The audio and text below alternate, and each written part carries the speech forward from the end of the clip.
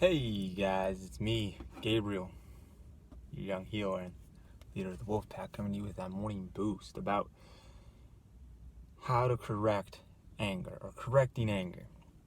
Because, see, at the end of the day, the heart of healing, a lot of times, it stems from forgiveness. Like, forgiveness leads to peace, and peace then leads to healing. So, to get to that forgiveness, you have to then thus cease responding to anger with whatever it may be. And one might say, well, that's easier said than done. Just don't get angry, just like that. But let me explain. So when it comes to anger, something to recognize is that it's not a fact, but an interpretation. I mean, think about it. There's times where you've gotten angry at something, but somebody else doesn't. So if it's an interpretation, then it means it can be subject to subjectiveness, and that as such, it could very well be wrong. And all too often it is. So if it's an interpretation and not a fact, and not a fact of the reality of God's kingdom and laws, then you have become mistaken, and as such, it would be better off that you are wrong. And one would surely like to be wrong about their anger. And so from that, when we find ourselves getting angry, even a slight irritation, it's really important to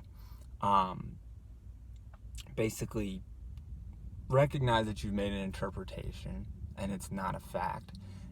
Because when you do that, you're more open to change, to healing. And what you do then is you turn within to your eternal guide, the Holy Spirit, and let Him judge what the response should be.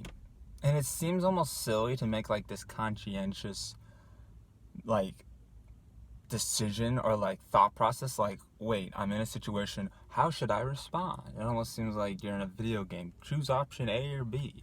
But in reality, I think it's imperative in our early stages of healing that we take that deliberate thought and type of thinking, so that way because it's like as you speed up, it becomes more natural. But for a lot of us, and myself included, we've gotten so thrusted and gone in such a way to where it just seems very natural to act in that way. So you have to sort of it's a sort of reversing the engine, as it were. So before you can move forward, you got to stop going backwards. So you have to get to a neutral base.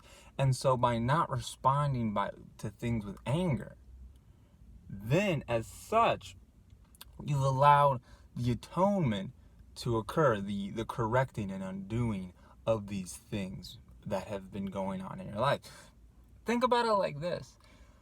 What can it hurt to not respond to something with anger? On all honesty, being able to just look at it, at the very least, with a neutral state, and at most with a state of joy and peace and love. Because see, you only give unto yourself, and also you only give what has been given you. So if you're hateful and condemning and things of that nature, then you're giving that unto yourself. And more than anything, that condemnation, that hatred is of yourself. So in order to be able to then give that love and not give that anger, it's really important to not respond with things with hate. And anger and what have you. So here's the situation. Boom. I don't know. Somebody says some off-color comment to you at work or something of the other. Instead of thinking of all these ways you can get back at them, or why they're jerks, or this, that, and the other, what you establish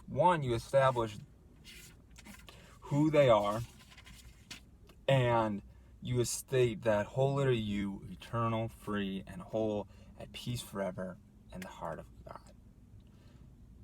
Where is the world and where is sorrow now? You establish that, but you don't do it in a state of anger. And so that makes it a lot easier. And then you just go forward. without responding with anger. It's one of those things you just have to do. At the end of the day, you can try and build all these, have all this internal debate, but at the end of the day, you just have to do it. So that's what I would say. So allowing that correction to happen by establishing that anger is an interpretation, and thus it's not justified because it's not a fact, and then recognizing that we were mistaken, and then from there, allowing yourself to be corrected, because the whole purpose of what we're about in this world is to not respond with things with anger, especially these things, these sort of magical things of this world that's to try to substitute another will for God's, and being able to just so look at things in a more neutral base. I hope this has made sense. I hope this wasn't like, what the hell is this guy talking about? Because I think for a lot of us, being able to get rid of that anger is a big thing. And I noticed that within myself, when I don't respond to things with anger, you kind of you let it go. You let it flow right through you. The fear, because fear inevitably results from an attacking of ourselves. So, by being able to release that and just let it flow through us, not trying to suppress it or oppress it, but allowing it to just be diffused. And then from that, you're allowing the true reality, the truth, to take form.